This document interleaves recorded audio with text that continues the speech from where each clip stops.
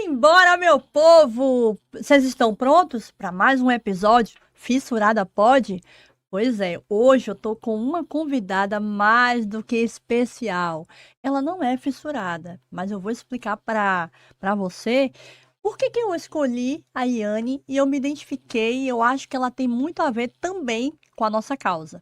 A Iane Santos, ela é de Feira de Santana, ela é baiana, a gente vai entrar, né, mais nessa intimidade dela e ela vai contar pra gente o que que ela faz, por que que ela tá aqui e eu te garanto que esse episódio você vai sair diferente do que você começou a assistir agora. Olha, só de conhecer ela, eu não sou mais a mesma pessoa. Olha só. Seja bem-vinda, Yane. Rita, muito obrigada. Uma ótima tarde para vocês. Uma ótima tarde, Rita. Obrigada. Muito obrigada pelo convite. E assim, para mim é muito especial estar aqui. Porque, apesar de não ser fissurada, eu também passei muitos anos me escondendo. Opa! Não era por conta de fissura, mas era por questão do vitiligo. Que acabou me fazendo me esconder boa parte da vida, porque o vitiligo começou na minha adolescência, eu tinha 15 anos, hoje eu tô Sim. com 45, então foram aí, não 30 anos, mas uns 25 anos negando aquilo que estava na minha pele. Então, assim, falar de aceitação hoje é algo que me dá muito prazer, porque eu vejo que eu desperdicei no sentido de que eu me escondi boa parte da minha vida. E esse tempo que eu perdi não volta mais, né? Não volta mais. Posso confessar para você que eu também tive essa fase, desse esconderijo. Eu quero fugir de tudo, de todos. Eu falei numa palestra recentemente que eu fiz que toda criança ela quer ser um super-herói. E eu queria ser uma super-heroína, ela tinha um poder de desaparecer. Então, muitas vezes eu queria entrar nos ambientes e não ser notada, não queria ser vista. Isso é muito impactante. Mas eu queria que a gente fizesse uma retrospectiva bem rapidinho. Como é Ah, ser nascida no interior da Bahia, em Feira de Santana, que é uma das maiores cidades, né, consideradas aí do nosso estado, com vitiligo e como foi que você descobriu esse processo? Só para que as pessoas que estão nos assistindo saibam, primeiramente, o que é o vitiligo, né? E aí a gente entra na sua jornada desse iniciozinho aí da autodescoberta. então bora lá. Eu, como você disse, eu sou nascida em Feira de Santana, é a segunda cidade, né, do A interior da... segunda, a é verdade, segunda verdade, verdade. é a primeira do interior da Bahia e Oh, a segunda do perfeito, estado, né? perfeito. Eu sou a mais velha soube há pouco tempo de 3 irmãos, né? Então eu sou a mais velha. Fui a primeira pessoa da minha família a me formar no nível até fazer uma faculdade, né? Até então ninguém tinha feito. Sim, Então, tipo, eu desbravei. E sempre gostei muito de estudar.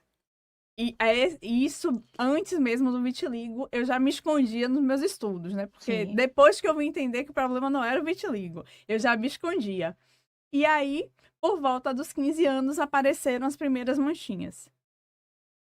Não foi de todo estranho na minha família, porque eu tive um primo que teve vitiligo. Sim. É um primo mais velho que eu e ele teve vitiligo na infância, dos 7 aos 9 anos. Mas Hum, em mim começou já na adolescência.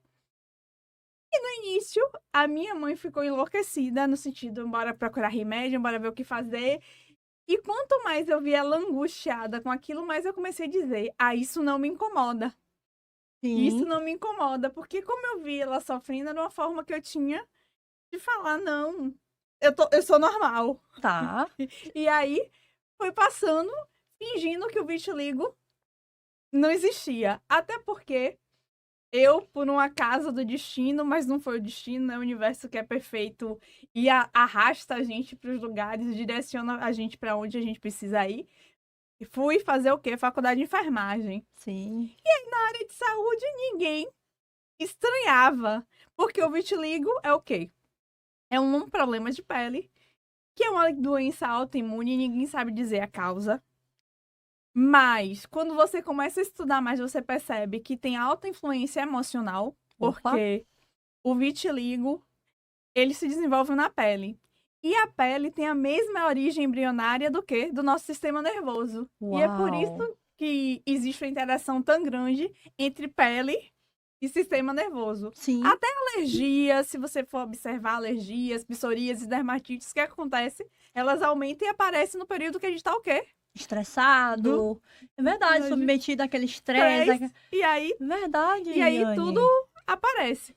Então, isso ficou meio que de lado. Tá. Assim, porque no trabalho eu não precisava me maquiar, não precisava me esconder, porque Sim. as pessoas não me perguntavam sobre isso. Até porque vitiligo não é contagioso, não arde, não coça, não pega. A única coisa que acontecia era a pele ficou branca. Sim. E aí, mas fisicamente não causa nenhum problema. Então eram muito mais questões voltadas a como eu me via Sim. do que algum problema por conta do vitiligo. Ô, Yane, o vitiligo, ele é em que aspecto? Ele é facial? Ele pode aparecer em determinadas regiões? Só na face, no corpo? Ou ele é generalizado?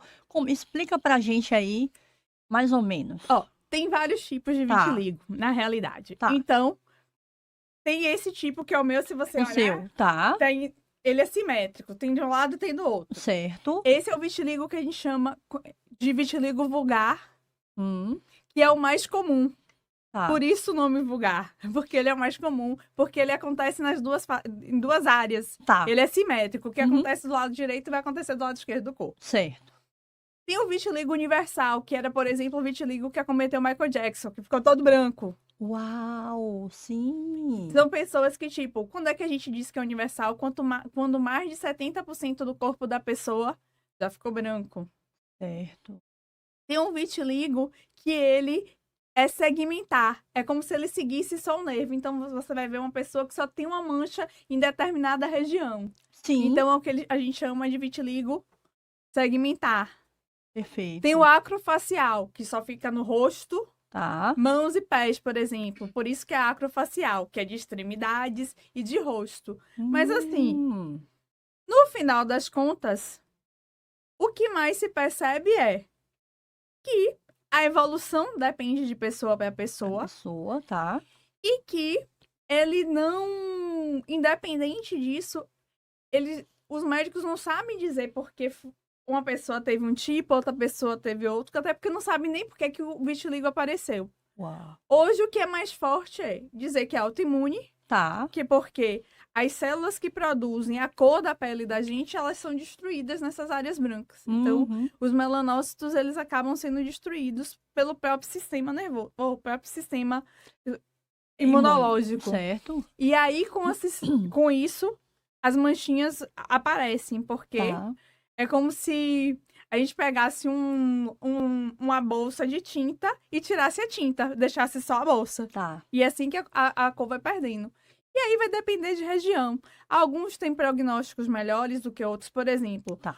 o vitiligo, o segmentar, que ele aparece em determinada região, por exemplo, esse é o que tem um prognóstico melhor, no sentido de involução. Mas o que é que eu percebi ao longo de 30 anos com vitiligo?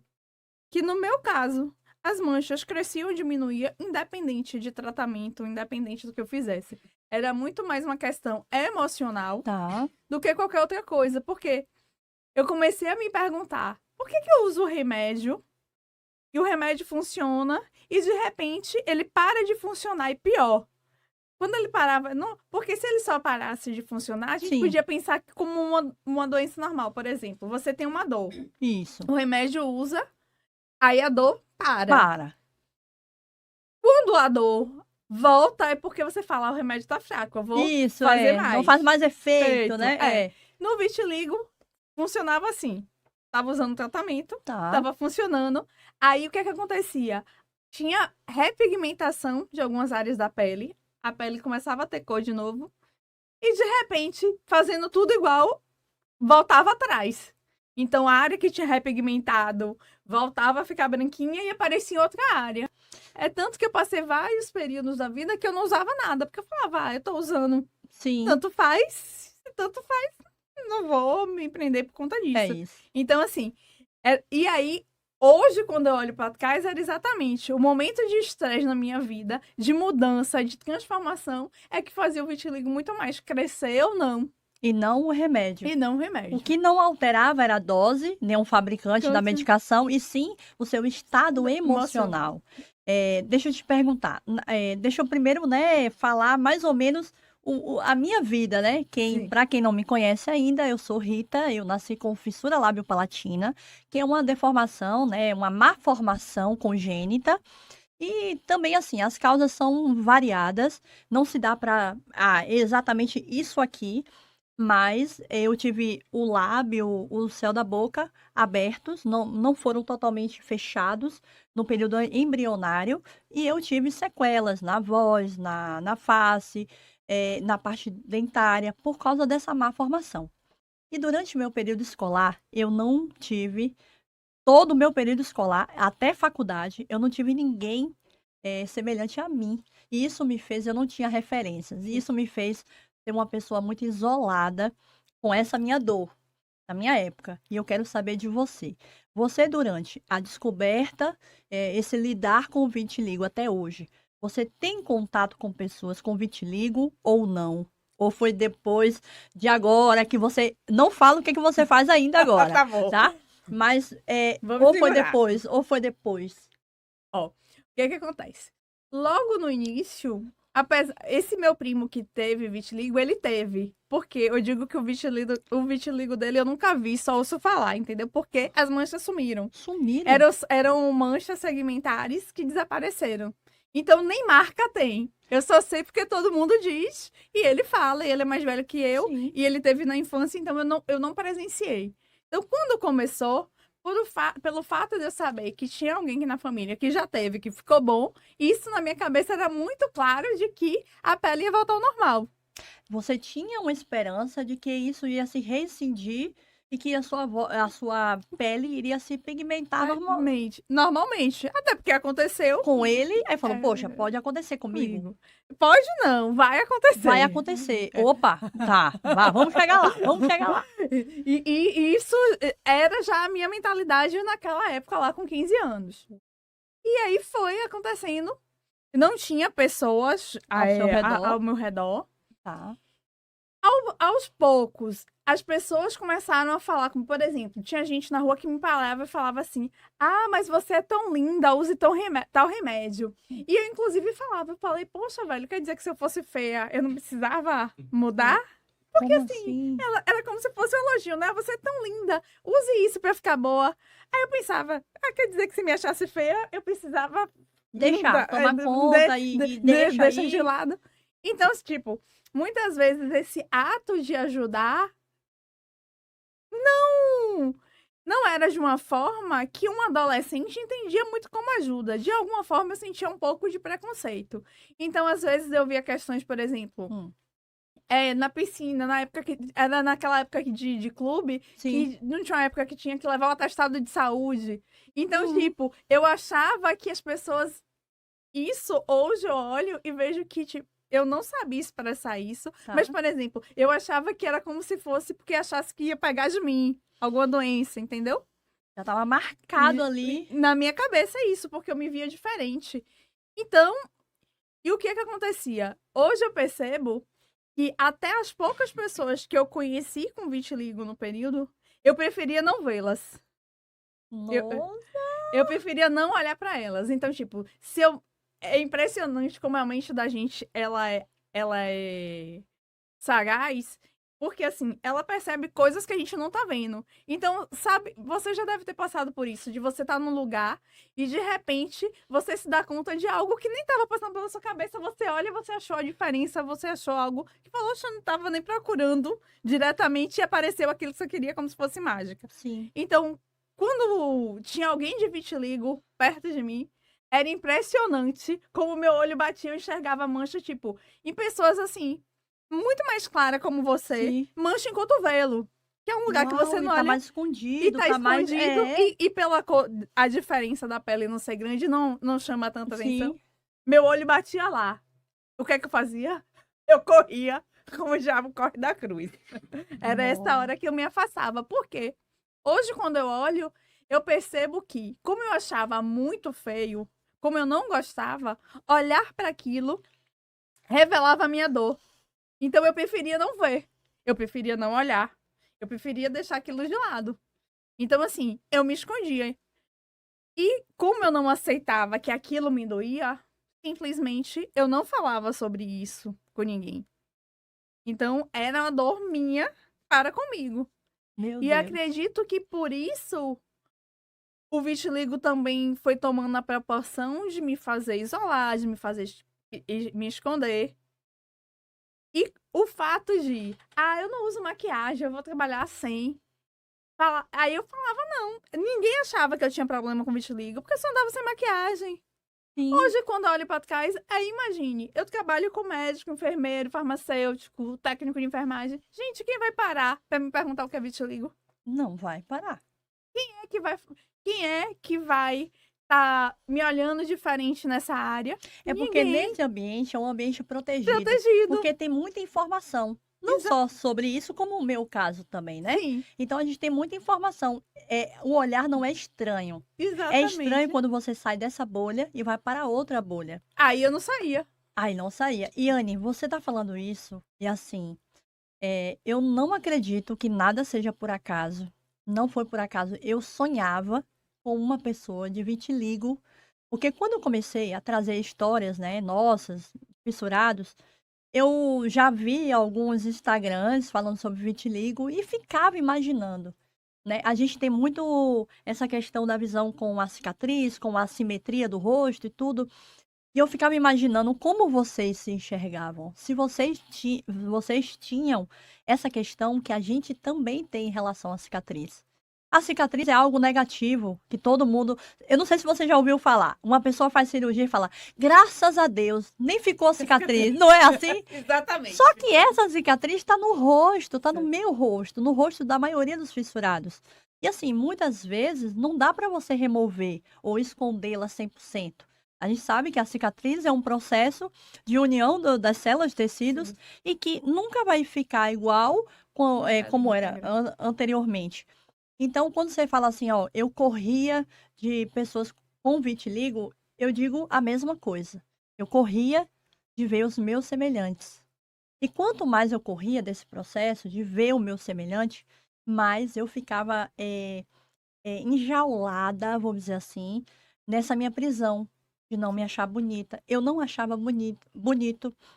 E quando eu, recentemente, comecei a abordar esse assunto e comecei a trazer para perto de mim, foi quando eu comecei.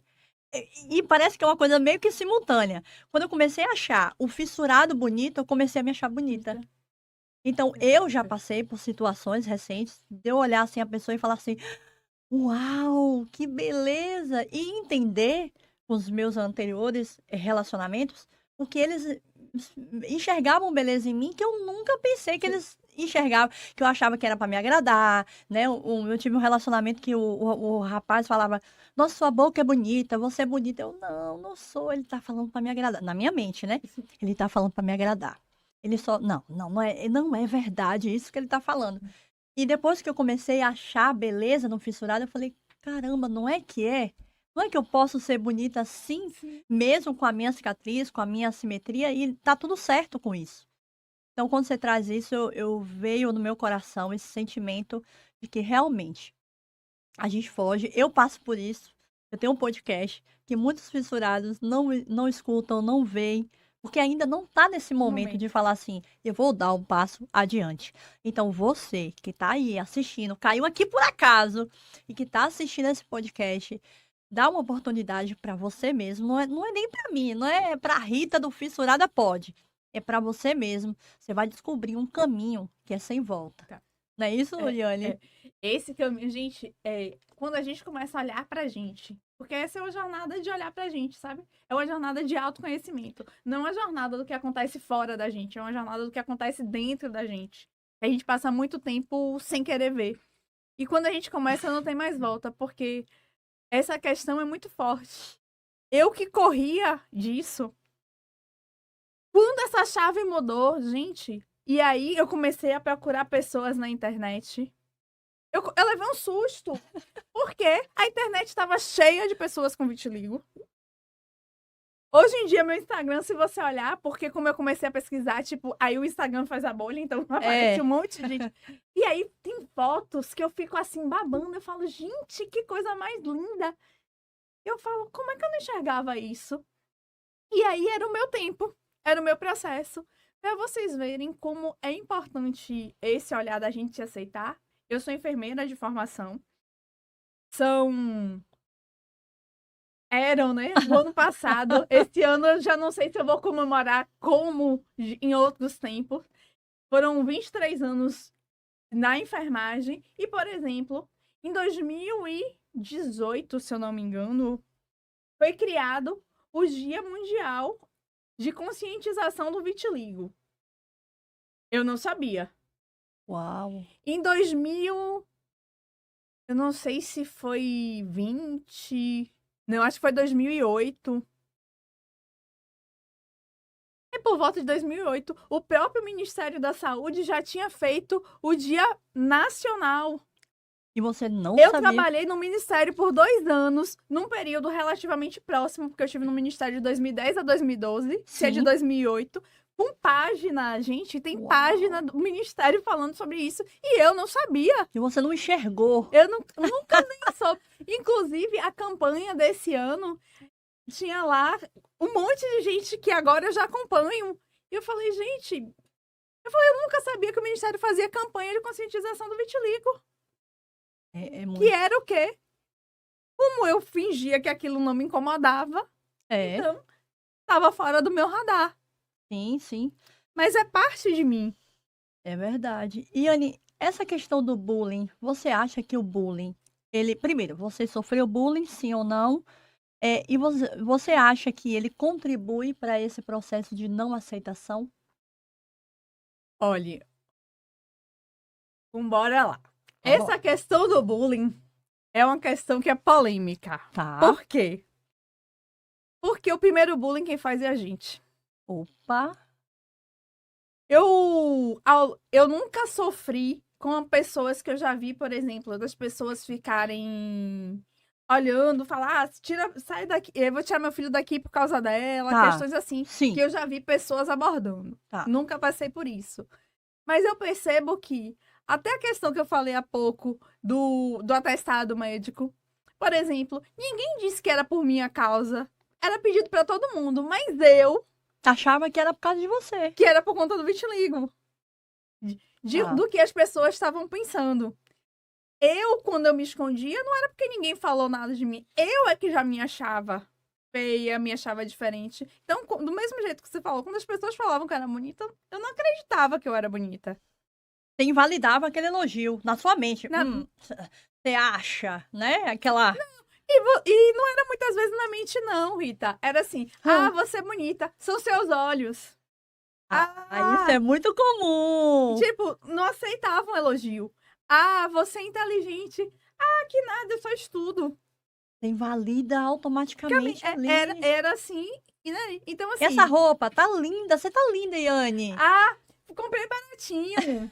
Assim mesmo. Tudo eu achava uma desculpa pra desmerecer aquilo que era meu. Então, assim, eu não passei por situações de bullying, assim, de fora, de forma... Mas eu percebo que eu fiz esse bullying comigo, que é ainda pior.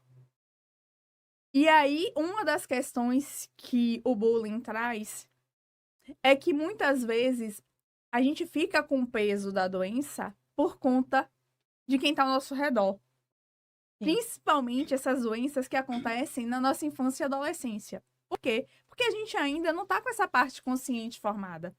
E aí, o que acontece? Imagine o que é para uma criança e um adolescente achar que é um peso pro pai e pra mãe. Porque, gente, assim, hoje eu olho, eu entendo a dor da minha mãe, era no sentido de que, por que aconteceu isso com a minha filha? Se eu pudesse, estava comigo, não estava com ela. Sim. Só que naquela época, eu achava que eu estava fazendo a minha mãe sofrer. Então, eu me sentia culpada do que ela estava passando. Então, eu vou dizer que eu tô sentindo desconforto? Não. E assim, eu fui negando as minhas necessidades. E isso, pra mim, ficou muito forte. Foi em 2020. 22, que foi quando a minha chave mudou. E aí eu fui assistir, teve um evento online, foi feito ao vivo no YouTube, a comemoração, a conscientização do Dia Mundial do Vitiligo, Sim. 25 de junho. E aí eu fui participar, eu fui assistir. Passei o dia todo lá na frente da TV. Aí eu fiquei encantada, porque eu nunca vi. No evento, tinham 50 pessoas, que foi o que ainda estava na fase da questão da pandemia, né? Tinha limite. Sim. Então tinham 50 pessoas com vitiligo ali junto. Eu nunca tinha visto tanta gente com vitiligo junto, gente. E o povo ali feliz, comemorando. E aí, no meio daqueles relatos, uma mãezinha me chamou a atenção. Eu nem sou de estar falando com as pessoas. Hoje falo muito mais quando tem uma abertura. Mas eu sei que nem todo mundo tá pronto pra falar, então eu não gosto de estar abordando. Não faz parte de mim. Tá. Tipo, se me olha, deu sinal aberto, aí eu já me jogo. Mas se não fez isso, eu fico. Mas eu lembro que uma mãe foi falar do tratamento do filho com uma criança de 7 anos. Gente, Nossa. ali foi uma das coisas que mais me doeu. A criança estava fazendo tratamento. Eles tinham vendido uma casa para ir para Cuba para fazer o tratamento. Foi uma família do Maranhão, se eu não me engano. E aí a mãe, quando subiu, toda feliz e tal, e a criança tinha manchas no rosto, e as manchas do rosto tinham desaparecido. E aí ela falou: o meu filho voltou a ser bonito. Gente, eu sei que ela estava fazendo o melhor pelo filho dela, porque ela estava pensando pelos outros.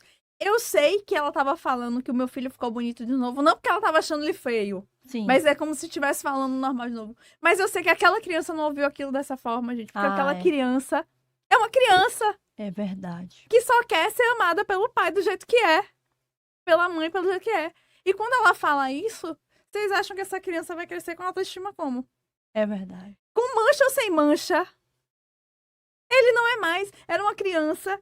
Vocês já viram uma criança de 7 anos segurando a saia da mãe no palco, escondido, que a gente não conseguia nem ver?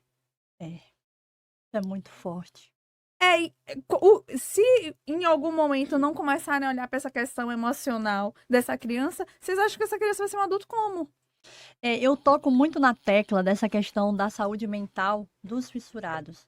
Mas aí aqui, com esse relato, eu vou pegar o gancho, tá? Eu não tenho lugar de fala, porque minha filha não é fissurada, mas a minha mãe, nesse caso aqui, tá me acompanhando. A minha mãe, gente, ela é minha companheira da fissura, né? Então, minha mãe me acompanhou nas cirurgias e agora tá nessa jornada comigo aqui no podcast. E mais uma vez, a vida nos uniu de novo. E não fazia sentido minha mãe estar aqui. A gente já tinha se separado. Engraçado, né? Como Deus faz. Ela tá aqui assistindo, tá aqui nos bastidores, me vendo. E eu queria falar um pouquinho sobre saúde mental para as mães que acabaram de receber o diagnóstico de um filho fissurado.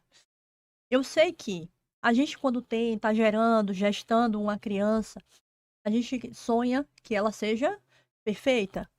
Mas nem sempre a vida ela vai nos condicionar nessa direção.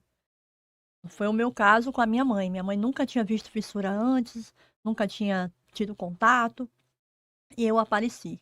Então, se a gente não cuidar dessa mãe, desses pais, em relação à aceitação dessa criança, é isso que você está falando aí. As consequências, elas virão, mas virão assim. Não basta só a criança ela desenvolver o auto-amor, porque ela vai contra a maré. Eu tô tentando me amar, mas o olhar do meu pai, o olhar da minha mãe, dos meus familiares é contra isso que eu tô querendo ser, né? E aí me enxergar e não vai. E isso tem muito a ver com essa questão de saúde mental. Tá, tudo bem. Vai nascer fissurado, nasceu. E agora, o que é que eu faço? Né? E Rita, só me permita fazer um adendo aí, quando você fala, a gente espera que um filho nasça perfeito, mas o que é o perfeito? Eu duvido que a sua mãe tenha tido menos amor por conta da fissura. Ah, não. Entendeu? Na realidade, ela mostrou muito mais amor no sentido de estar sendo essa sua companheira pra cima e pra baixo. É verdade. Só que a gente fica criando um mundo de pessoas ideais que não existe. Uau! Essa é a questão. Porque se a gente for olhar, a gente ama o outro, não é pelo que ele aparenta, não. E esses dias eu tenho feito porque nesse Big Brother tem saído muitas questões em relação a corpo, a isso. Verdade. Você vê mulheres que, pra gente, são representativas no sentido de uma beleza extrema, É que verdade. estão sofrendo porque falam do corpo. Um- Com compulsão alimentar, sim, com bulimia. Por quê? Porque dentro tem feridas de que elas carregam que provavelmente é da infância e adolescência. De como elas se viam, de se comparar. Então, assim, o que é perfeição? A perfeição é o que a gente tem hoje. Perfeição é a gente ser quem a gente é. Essa é a verdadeira perfeição. E nossos pais não deixam de amar a gente por conta disso. verdade. Quando eu falo, por exemplo, da questão da minha mãe não deixou de me amar por conta disso. Na realidade, ela queria me proteger. Era proteção. Só que a criança não entende. Por quê? Porque essa parte do que é o córtex pré-frontal da gente, que é a parte que é consciente, não estava formada.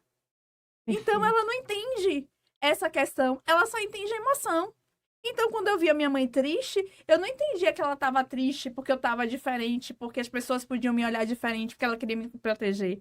Eu achava que ela estava triste porque eu estava dando trabalho, Eu pensei várias vezes com a minha mãe. entendeu? Ah, não vou falar tal coisa que aconteceu na escola, o bullying que eu sofri, a agressão que eu sofri, pra minha mãe não falar, lá vem essa menina de novo. É a gente querendo proteger os nossos É, pais. aí fica, né, essa guerra, esse cabo de guerra. Uhum. Você falou pra gente que você é enfermeira, minha colega, né, que eu Sim. também sou enfermeira. Mas aí, o que é que tem a ver a enfermagem e hipnoterapia? Na realidade, o que é que aconteceu? Eu estava na minha jornada buscando me tratar, porque eu não estava mais dando conta do vitiligo. Era meados de 2019, com as manchas crescendo de novo. E aí, tipo, essas manchas crescendo de novo, gente, essas manchas que nunca doeram, pareciam que estavam cortando a minha pele. Uau! Era uma dor brutal. Quando eu percebia que uma mancha apareceu, tipo, era um dia lá na cama chorando. Eu comigo mesma, porque Sim. pra ninguém eu dizia Tá. que era um problema. Então, tipo, tava insustentável Uhum. naquela época, porque eu vinha de uns 6 anos com um tratamento que tava fazendo efeito, que as manchas praticamente tinham desaparecido, e de repente elas começaram a voltar. Eu falei, não, de novo, não. E eu nem tinha consciência disso, e eu falei, não. Era muito desconforto, então eu não queria mais sair, eu não queria mais trabalhar, eu não queria mais fazer nada. Morando aqui em Salvador, todos os meus dias ficaram nublados. E eu detesto dia de chuva. Hoje em dia não me incomoda mais, não. Mas eu detestava dia de chuva. Era um dia que eu não queria fazer nada. E de repente, mesmo com o sol tava nublado, eu falei, opa, tem algo que não tá. Tem algo de muito errado acontecendo. É isso. E foi quando eu comecei. Primeiro com terapias convencionais, Tá. cuidando. E aí, na época da pandemia, fiquei acompanhando por conta de uma coach de emagrecimento, porque eu tinha ganhado peso também nesse processo, porque aí eu comia minhas emoções, né? Então, Uau. o peso foi aumentando. E aí essa coach indicou o Maicon Arruda, que é o presidente da Omni Brasil, que é uma instituição exatamente de hipnoterapia, e eu Sim. comecei a seguir. E todo dia ele fazia as lives das 6h58 da manhã. E todo dia tinha uma hipnoterapia coletiva. E eu fui fazendo aquilo. E aquilo foi me deixando, fazendo me sentir bem, me fazendo cada vez me sentir melhor. Eu falei, vou fazer um tratamento. Fui, fiz um tratamento. Ressignifiquei muita coisa no vitiligo. Passou um tempo e ele continuava fazendo a live, porque ele passou o período da pandemia todo fazendo. Fazendo. E aí eu continuei. E aí o meu relacionamento, que já não tava bom, foi ficando pior, né? As coisas foram, as arestas foram aumentando.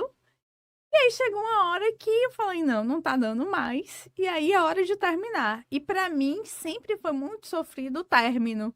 Uhum. Por quê? Porque as minhas feridas emocionais me levavam pra muita questão de abandono, de rejeição. Então, tipo, o término pra mim, que uma pessoa passa pouco tempo, o meu término muitas vezes levava mais tempo do que o relacionamento. Imagino. Porque eu tinha muito essa coisa da separação. Pra mim, qualquer relacionamento era o príncipe encantado, sabe? Eu dizia que eu abria mão do cavalo branco, mas tinha que ter o cavalo.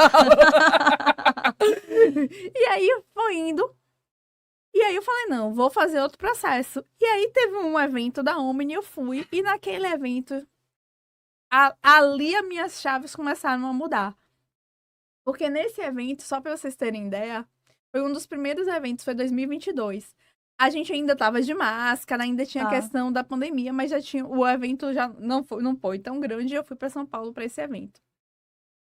E quando a gente tem problema de autoaceitação, de amor próprio, uma das coisas que a gente tem é problema de merecimento, né? A gente acha que a gente não merece nada. E eu fui para esse evento, foram 3 dias.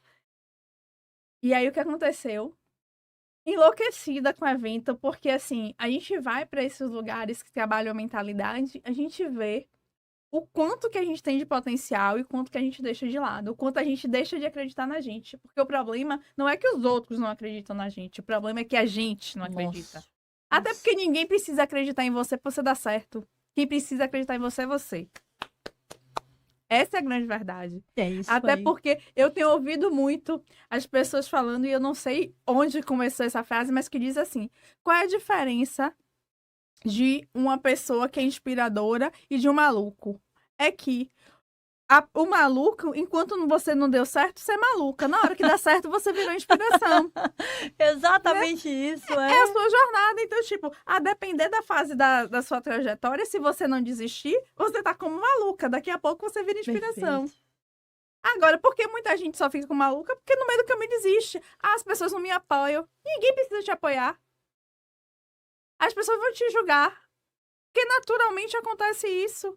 A gente não tá livre do julgamento, não é mesmo, Yane? E aí, a grande questão é, esse julgamento vai te levar pra onde? É verdade.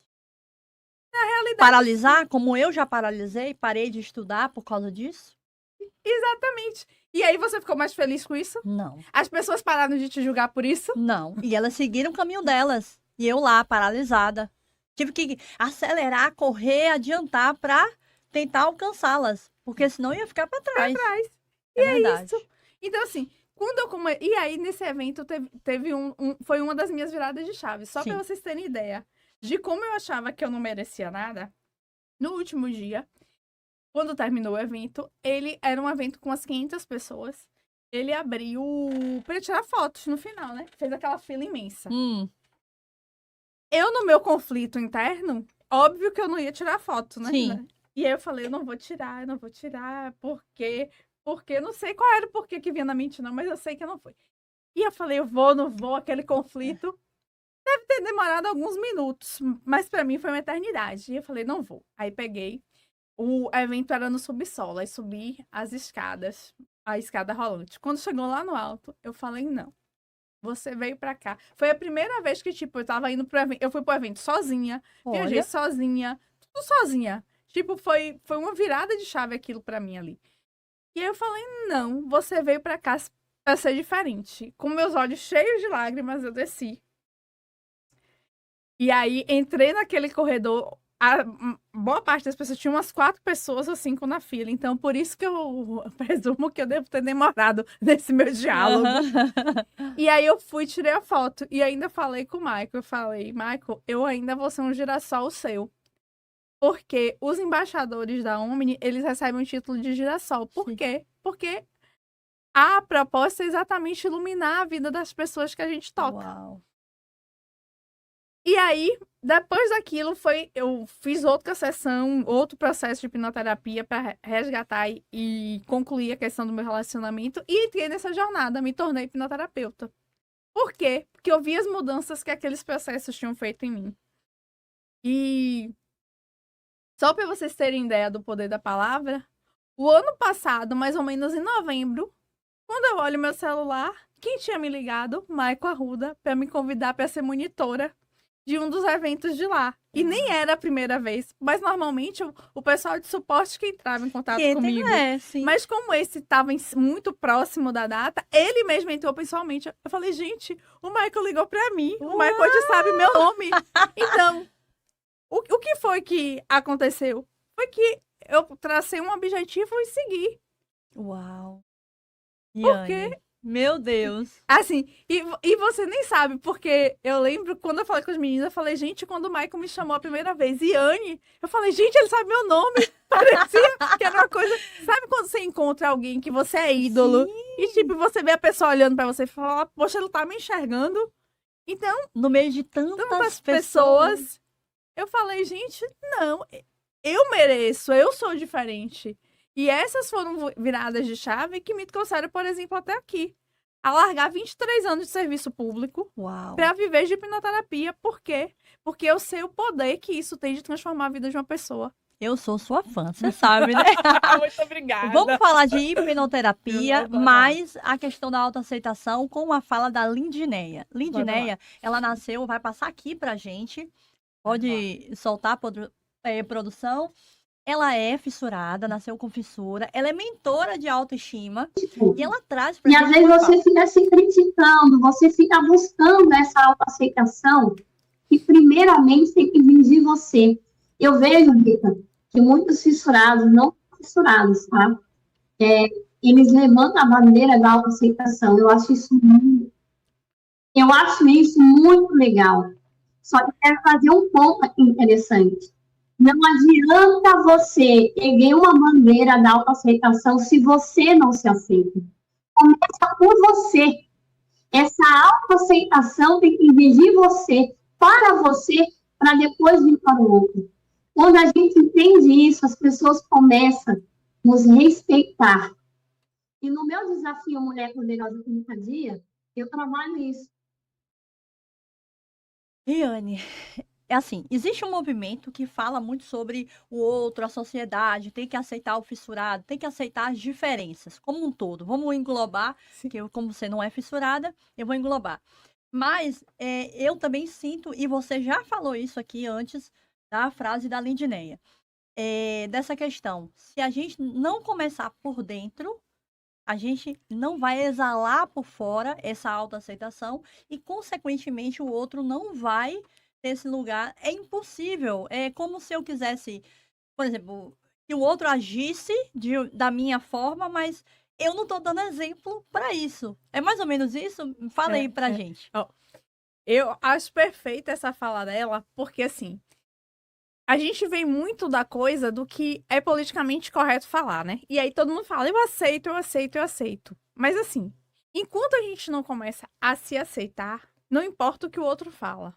Tá. Porque, por exemplo, quando é que você se achou bonita? Quando eu comecei a ver o meu semelhante, a me aproximar. Mas você primeiro... Lembre aí, se nesse período você não já estava melhor com você mesma. Já tinha dado vários passos à frente. Por quê? Então, você tirou a sua primeira barreira. Você, instintivamente, já estava se aceitando.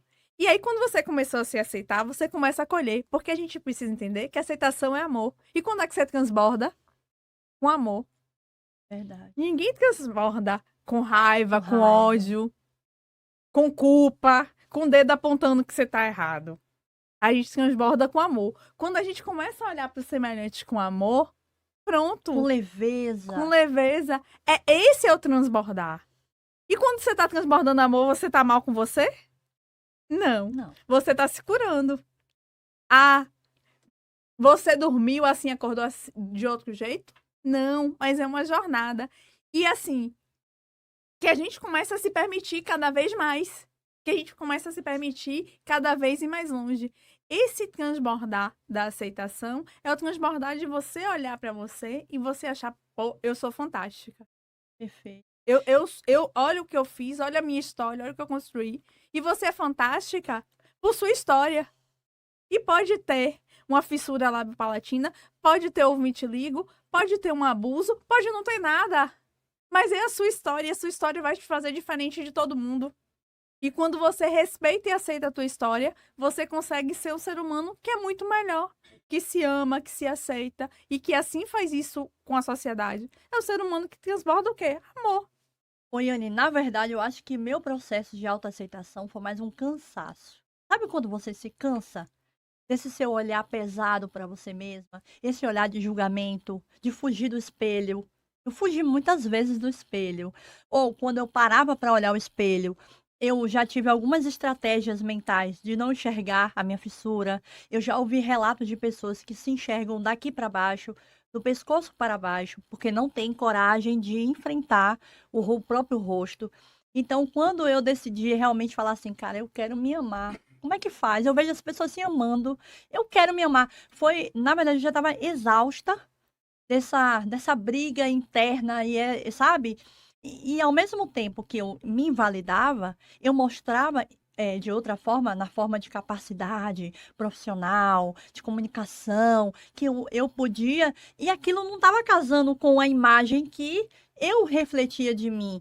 Eu falei, não, eu quero encontrar a saída, eu quero me amar. Então, na verdade, foi um cansaço, uma exaustão de auto se depreciar. Eu falei assim: "Ah, não, cansei dessa vida, eu quero achar o caminho do alto valor, do amor". Foi isso, foi o que eu poderia resumir, assim. Mas aí você já mostrou que você teve uma virada de chave. Ah, sim, sim. Aconteceu alguma coisa que seja o cansaço, que é a dor. Gente, a gente cresce na dor. É verdade, Anne, é gente- verdade. Então, assim, não foi algo que você dormiu e foi. Porque, por exemplo, eu também era essa pessoa que profissionalmente era o exemplo. Porque eu peguei toda a minha energia, foquei lá. Emocionalmente era uma criança assustada. Isso. Mas profissionalmente não tinha quem me batesse. Ô, Anne, você falou de criança. Você, é um mito ou é uma verdade que todos nós, adultos, temos uma criança ainda vivas dentro da gente? Mito ou verdade? Verdade. A criança, o adolescente, uma jovem. Na realidade, o que acontece? A mente da gente não sabe o que é real e o que é imaginário, tá? Então, todas as fases da nossa vida estão aqui. Inclusive, o que é que acontece? Quando você sonha, Sim. quem tá sonhando é uma criança. E pode reparar como muitos adultos que negam essa criança param de ter sonhos.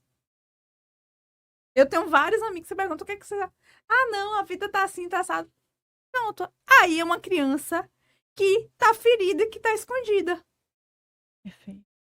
Quem é adolescente? Porque a adolescente e a criança tá meio nesse espectro do sonho. Porque fisiologicamente não tem esse marco de criança e adolescência. Não tem. Isso. Mas aí depois a gente vai para um jovem. Quem é o jovem?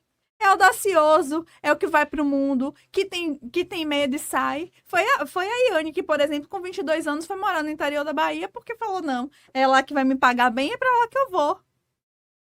Uau. Aí você se torna um adulto. Quem é o adulto? É essa pessoa que já pondera, que já começa a achar, que já tomou umas porradas e aí fica com medo de algumas coisas, que precisa estar se desenvolvendo. E também tem o sábio, que é como se fosse uma projeção da gente no futuro, que já começa a olhar, tem um olhar mais ampliado da vida. Tá tudo aqui dentro. A questão é, que parte de você quer ouvir?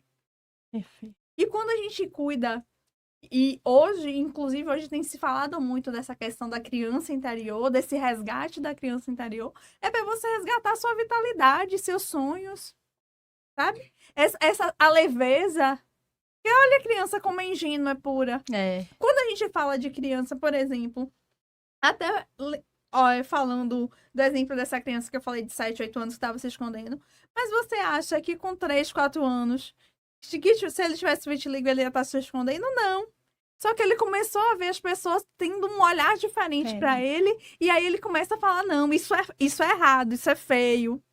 Isso tá errado. E aí é quando ele começa a se esconder. Ele vai criando o julgamento, a questão de dar um valor para aquilo, de certo ou errado. E é aí que você começa a criar os próprios traumas e as feridas. Aí ela fala, essa parte de mim eu não quero olhar.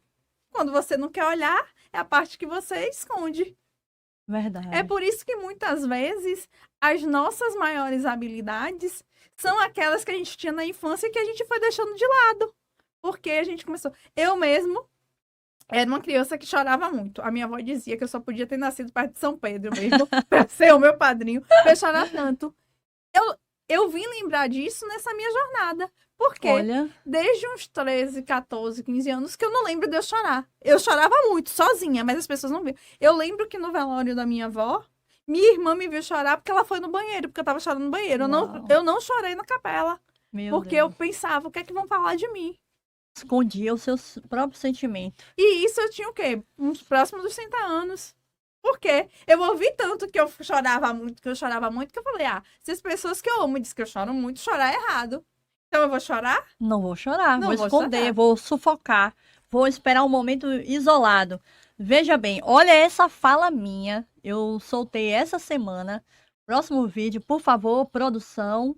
Olha essa fala minha sobre a minha visão sobre a reabilitação. Fiz mais de 15 cirurgias e olha só. Parabéns, Rita! A gente dá uma notícia excelente. Você concluiu todas as cirurgias e a partir de agora você está de alta, está reabilitada. Peraí, como assim? Peraí, eu jurava que eu ia ser feliz quando fizesse a última cirurgia. Não é possível. Eu passei a minha vida inteira achando que no final do tratamento eu seria uma pessoa extremamente feliz e que eu fosse me amar profundamente. Só que não. Eu não tinha referência de pessoas que nasceram com fissura lábio-palatina em jornais, novelas, revistas. Então, toda a minha referência de beleza foram essas pessoas aqui que estão passando agora. Então, eu não tinha, na verdade, uma imaginação de como que iria ficar ao final do tratamento. Eu queria ser todo mundo, menos eu. Eu vou ser muito sincera com vocês. A minha autoestima, ela começou a ser trabalhada há muito pouco tempo. Eu não me amava e isso não é fácil de reconhecer. Porque muitas pessoas acham que a autoestima é que nem vontade de beber água. Você enche o copo e bebe. A autoestima não tem a ver com vontade própria, e sim com uma construção. Então, se eu fosse deixar aqui uma dica, uma mensagem para vocês que estão em reabilitação, nunca projetem para o futuro a sua felicidade. Comemorem a cada resultado de cirurgia, a cada processo, a cada avanço. Curtam, sempre comemorem, se premiem, falem, nossa, eu mereço que essa evolução. Maravilha. Essa era a visão da Rita há muito pouco tempo. Não se enganem. Isso aqui não tem 10, 5 anos e nem 2 anos. Tem muito pouco tempo. Porque eu achava que como a gente foca muito nas cirurgias, a questão é fechar o lábio, é fechar os dentes, né? É falar melhor, enfim, ajeitar o nariz. E isso no final não aconteceu. Essa felicidade não veio involuntariamente. Ela, tipo, fechou, tá reabilitada, não veio. E aí que eu falo pra você, Iane, hoje, quem tá nessa jornada já faz terapia, que às vezes a gente meio confunde. Quando eu te encontrei na hipnoterapia, eu falava assim, não, mas eu já faço terapia e tal. E acha que só porque está em uma vertente de tratamento não pode associar com outra.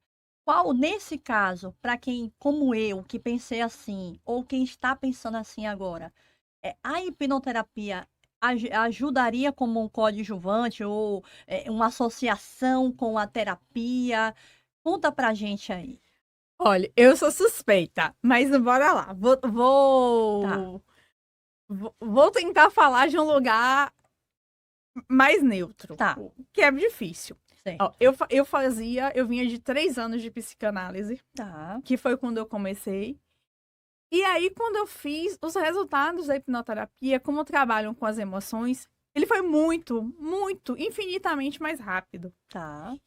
E aí, as mudanças foram acontecendo de um modo que eu falei, que eu, inclusive, depois, eu ainda fiz mais 2 consultas, com 2 sessões com a minha psicanalista na época, e eu falei pra ela, olha, eu adoro vir pra cá, mas não faz mais sentido, porque eu descobri que o problema não estava fora. Quando eu comecei na psicanálise, eu ia reclamar do vitiligo, né? O meu problema, minha queixa era o vitiligo. E só pra vocês terem ideia, todas as vezes que eu chegava lá, eu falava do meu ex, que na época era atual. E assim, eu sempre dizia, porque ele faz isso, ele faz aquilo outro, ele não sei o quê, todos os problemas eram ele. E ela sempre falava, sim, e seu papel nisso? E você, qual é a sua contribuição? Mas eu não entendia, pra mim o problema estava fora. Com a hipnoterapia, como eu vi uma resposta muito rápida, ali eu entendi que o problema nunca teve fora. O problema estava dentro. Uau. Era por isso que você, depois das cirurgias, você ainda não tinha se reconstruído. Porque o problema nunca foi sua aparência. Era a forma como você sentia. Porque a autoestima é muito além de imagem. A autoestima, qual é o pilar da autoestima?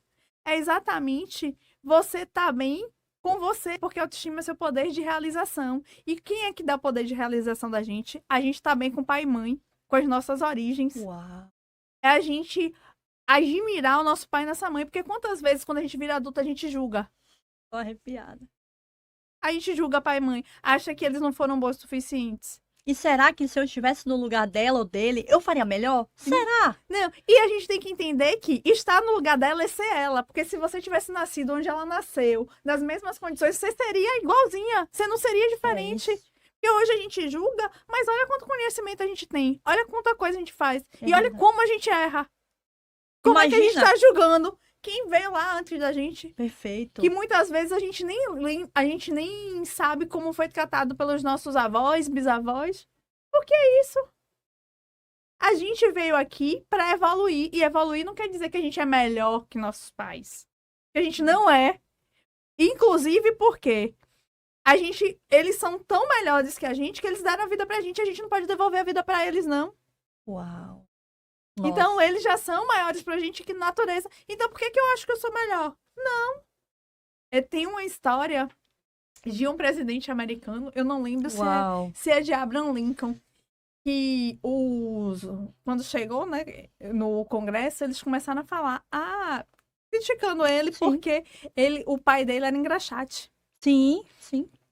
E aí começaram a soltar aquelas piadas, e aí ele falou que ele não se incomodaria de engraxar todos os sapatos, mas infelizmente ele nunca seria tão bom quanto o próprio pai. Uau. Ou seja, isso que vocês estão tentando me atingir, não me... Não vai. porque é uma admiração Sim. que eu tenho. Meu Porque Deus. no que ele fazia, ele era muito Era bom. bom, independente do que fosse. Eu não sou melhor que ele, porque eu sou o presidente dos Estados Unidos. Uau, não, meu Deus. sem Que esse lindo. pai, ele não estaria ali. Então, assim, muitas vezes a gente vê as pessoas achando, porque eu sou melhor que meu pai. Não! E é isso que te destrói. Porque se você não olha pra tua história, pra quem tá atrás de você, e não reconhece o valor deles, como é que você vai crescer? Como é que você vai... verdade. Uma árvore sem raízes, ela se finca no chão? De jeito nenhum. Ela cresce linda e frondosa? Não. E quem são nossas raízes? Ai, mãe. E eu encontrei uma pessoa que nasceu com fissura labiopalatina e vai estar aqui agora. Ela vai sair da Escócia, mas sem sair de lá.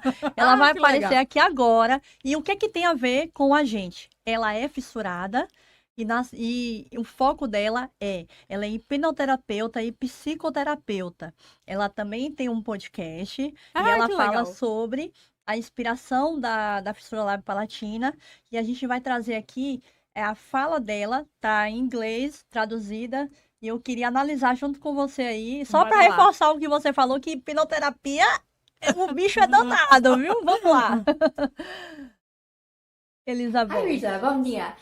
Thank you so much for your questions. I'll do my best to answer them here. So, hello everyone. My name is Lizzie. I'm a solution-focused hypnotherapist. I run Inspire to Change Edinburgh, and I am based in Scotland, just outside of Edinburgh, funnily enough. And I was born with a unilateral cleft lip and palate on my left side, and you can see my faint scar here. And there's also a scar that goes all the way back in my palate too. And I've had 6 operations in total, some in childhood, some in adolescence, and my last operation was 2 years ago now. And you asked me why I retrained as a hypnotherapist. So it's a great question, thanks for asking it. And it's really a long story, so it's kind of a 2-step process. I received hypnotherapy myself when I was in my early 20s, so just coming up for 15 years ago now. And at that time, I had really poor self-esteem, really low body image, low confidence, and I was just finding it difficult to cope. I was really struggling with my mental health, and my mum was seeing a hypnotherapist at the time, and she suggested that I go. So I had a few sessions, and that was really my first introduction to mindset and how the beliefs that we have about ourselves and the thoughts that we have really impact us, and they can impact not only how we see ourselves, but also how we see the world around us. So it's really important to take control of those thoughts. And that's what those first sessions taught me to do. And those techniques and tips that my hypnotherapist taught me all those years ago, I'm still using now. So it was super powerful. And I'm really grateful to that hypnotherapist for that early introduction to mindset and helping me get better mentally, really. And then I became an ESL teacher, so I was teaching languages for quite a long time. And then during the pandemic, everything went online, and I was teaching students mainly one-to-one. And something that I've been thinking about for many years as I was teaching languages is how students tend to really undervalue their language levels. So they tend to say, oh, I'm bad at this, I'm bad at that. And those beliefs that they were having were really impacting their performance. So especially in high stakes speaking situations like interviews or Zoom meetings or language exams, they would be underperforming because of the anxiety they were feeling around their English rather than their English level. So I knew that this was beyond my remit, it was beyond my skill set, but I really wanted to help. So over the pandemic, I became obsessed with the stress response, and I started researching different techniques. Like I started a psychology degree, I looked into mindfulness, Reiki, massage course at one point, and then I came across hypnotherapy, and it was just that kind of penny drop moment, and everything I was learning on the course was really in line with what I believed to be true about the brain from what I'd seen with my students, and the values that they were teaching were really in line with my values too. So it was just that moment where I knew this is what I want to do with my life, this is what I want to share, this is how I want to help people, and here I am. So I hope that answers your question. Thank you very much again for asking it, and te amo, I love you so much. Thank you so much. Bye. Uau, gente! Assim meu coração não aguenta, gente, ó. Deixa eu falar antes da gente, né, pegar esse recorte da Elizabeth, a Liz. A Liz, ela é fissurada e eu me emocionei muito com esse vídeo hoje que ela passou pra mim, porque ela falou que ela deu o melhor dela e que ela ainda tem algumas resistências a aparecer em câmera, em fazer vídeo.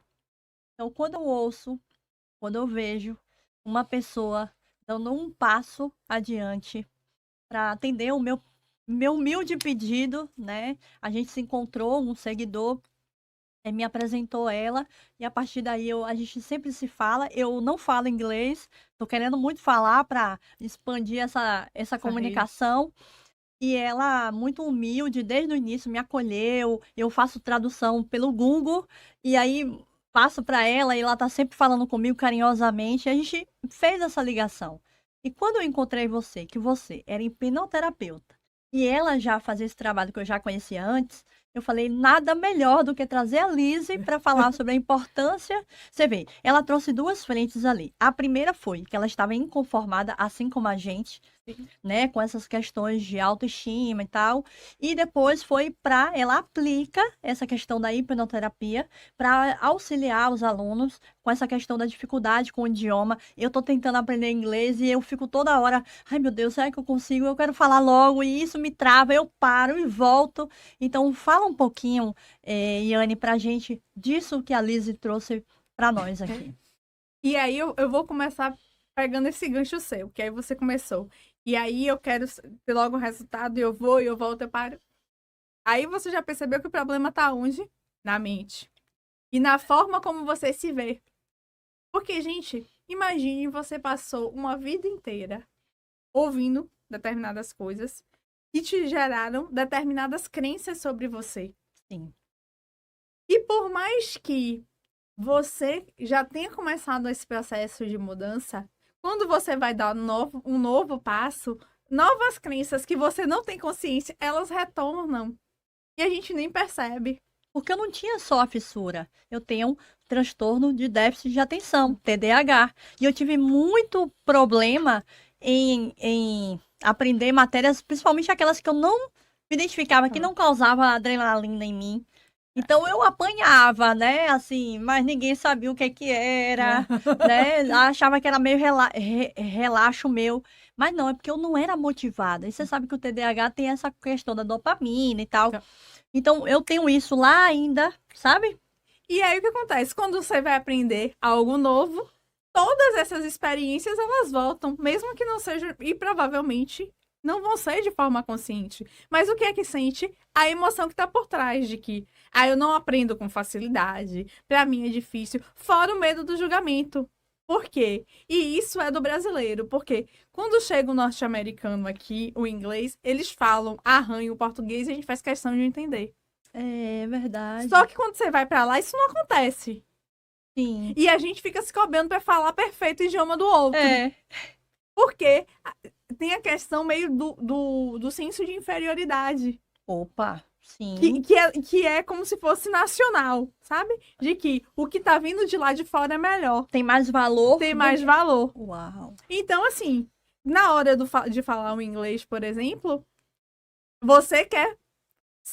O julgamento vem, porque, tipo, você quer falar perfeito e você quer estar sendo que não faz parte da tua natureza. Sem falar que aí eu não vou entrar nessa estratégia, a própria estratégia de inglês, do jeito que a gente aprende nas escolas de idioma, é equivocada. Perfeito.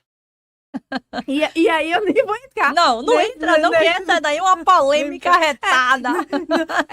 É outra coisa. Mas assim, é importante a gente entender que as nossas crenças, elas afetam todas as áreas da nossa vida. Porque se você tem baixa autoestima, não é que a baixa autoestima é só quando você se olha no espelho. Se você tem baixa autoestima, você também tem baixa autoestima no teu trabalho. Opa. Por quê? Você falou, porque no trabalho... Mas, por exemplo, eu aposto que as pessoas te elogiavam e você achava que nem fez tudo que devia ter feito. Esquecia o elogio e a crítica ficava, ó, martelando aqui, ó.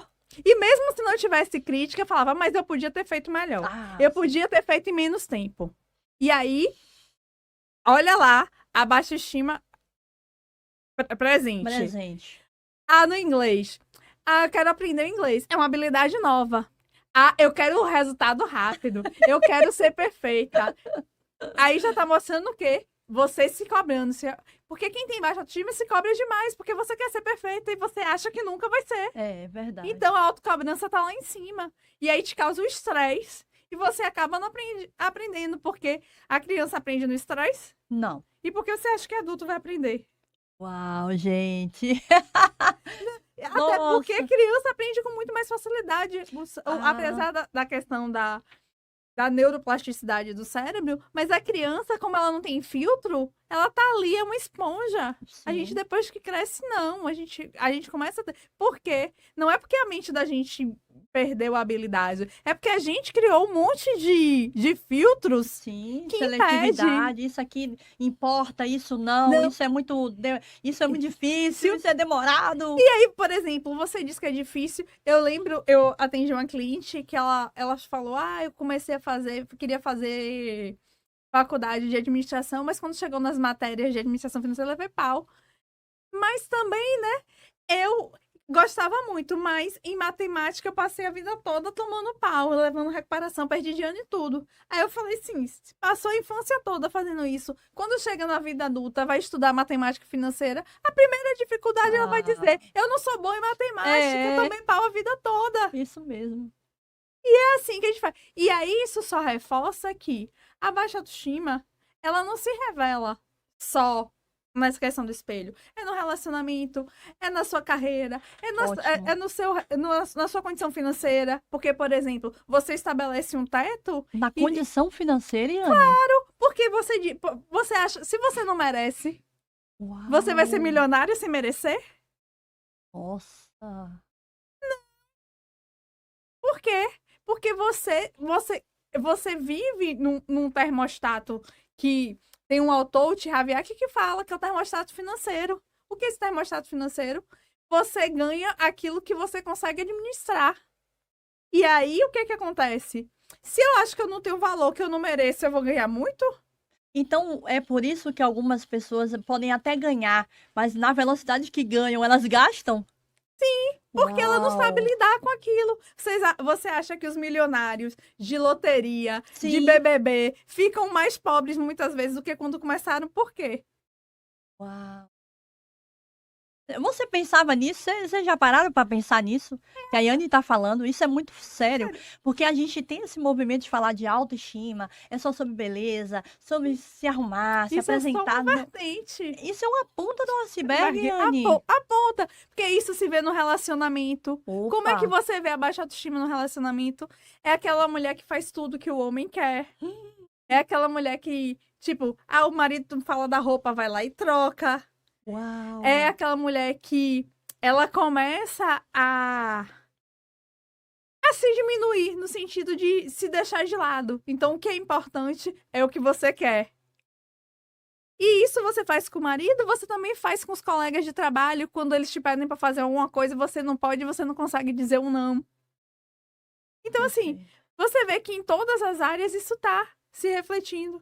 E é por isso que quando você muda um comportamento em uma área, mesmo que seja essa, por exemplo, da imagem, Tá. de que se você se acha mais bonita, pode reparar, você se sente mais segura para dar um não.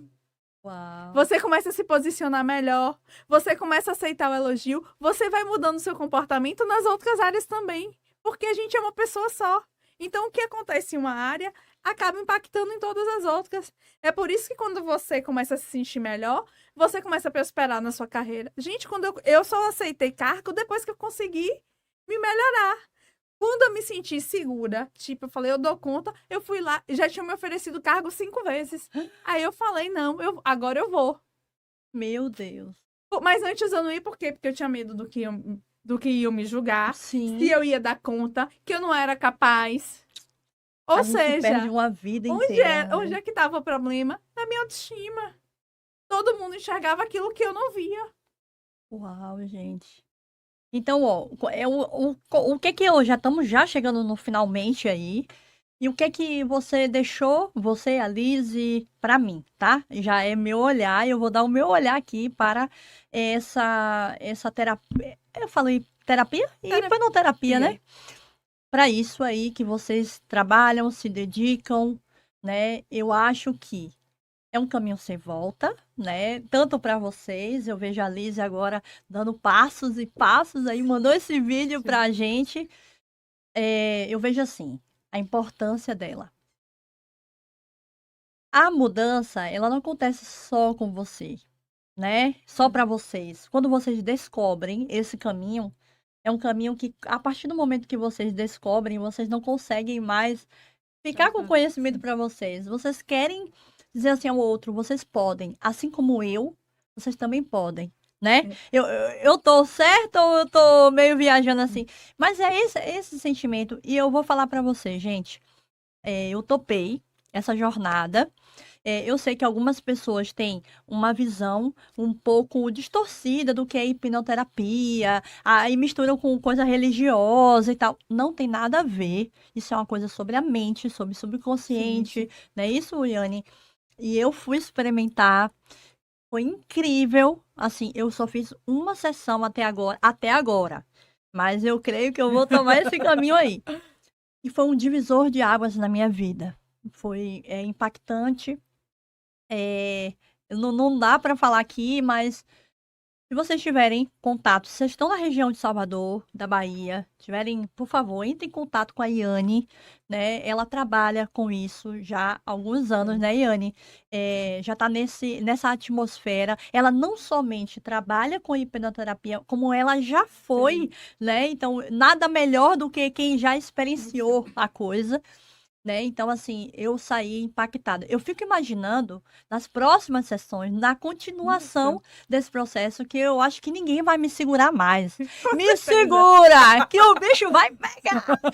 Então, Yane, eu queria que você deixasse aqui a sua mensagem para quem é fissurado, para quem não é, para quem tem vitiligo, ou tem alguma diferença estética funcional, que se acha assim, nossa, eu não sou capaz. Não tô falando só de beleza aqui, não. Tô falando, né, do automerecimento e tal.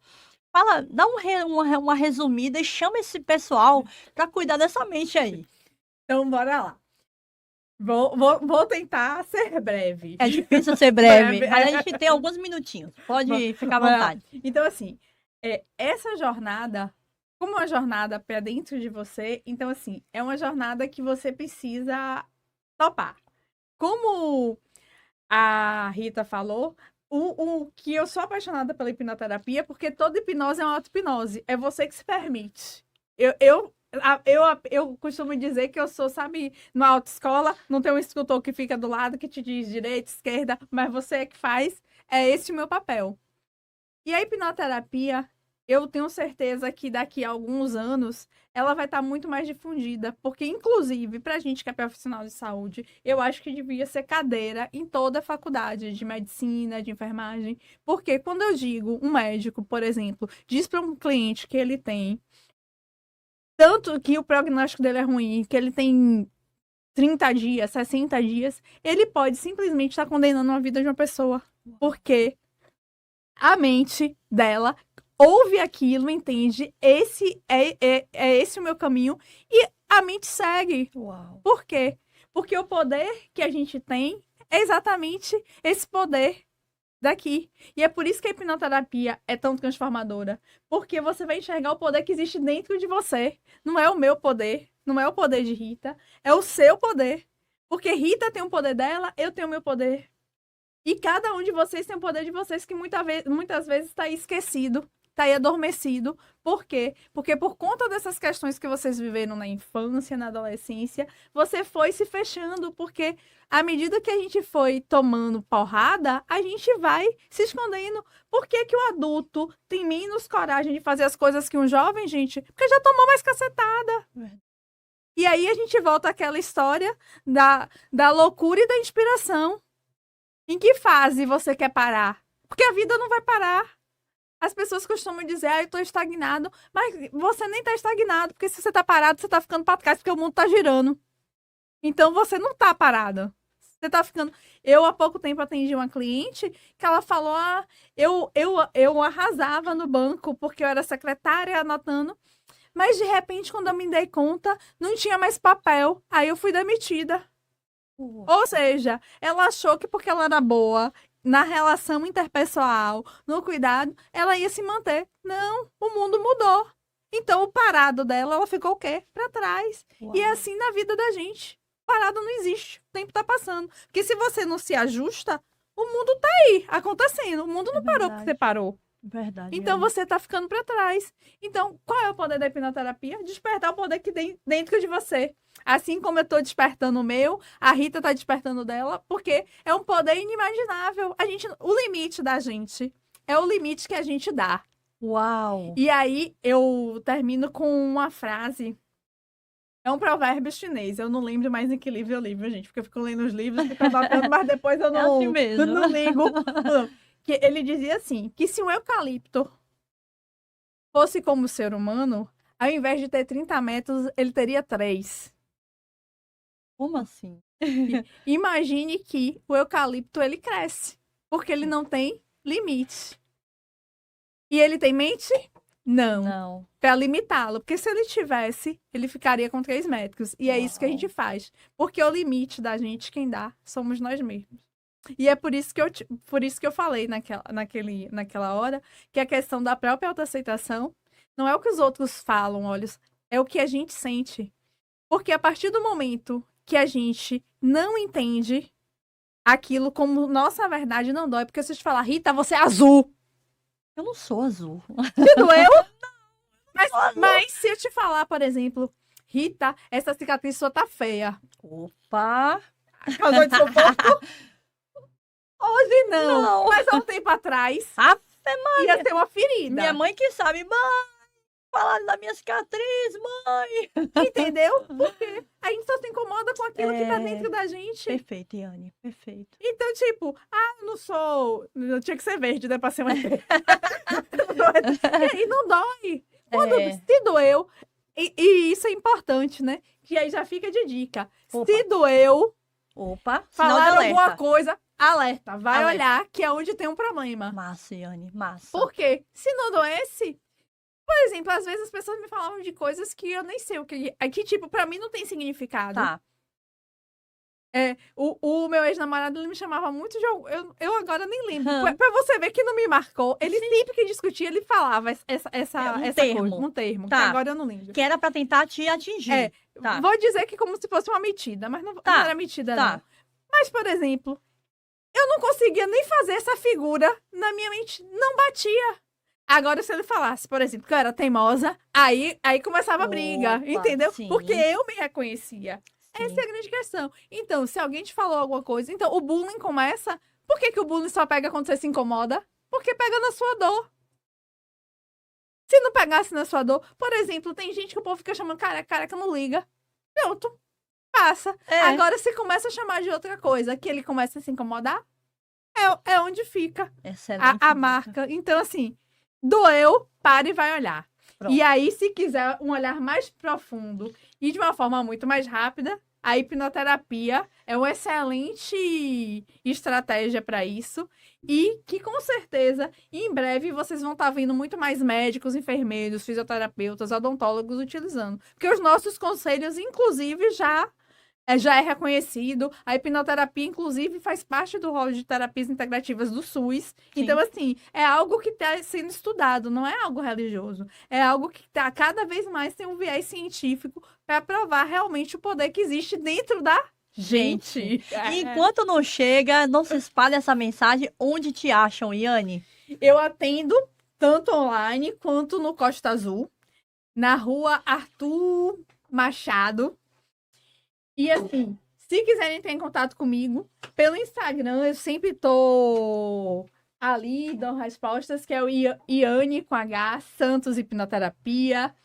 E Sim. assim, gente, esse trabalho que eu faço hoje, e que foi por conta de desejo mesmo, de vontade, é porque eu acredito que cada um de nós veio deixar a nossa parcela aqui.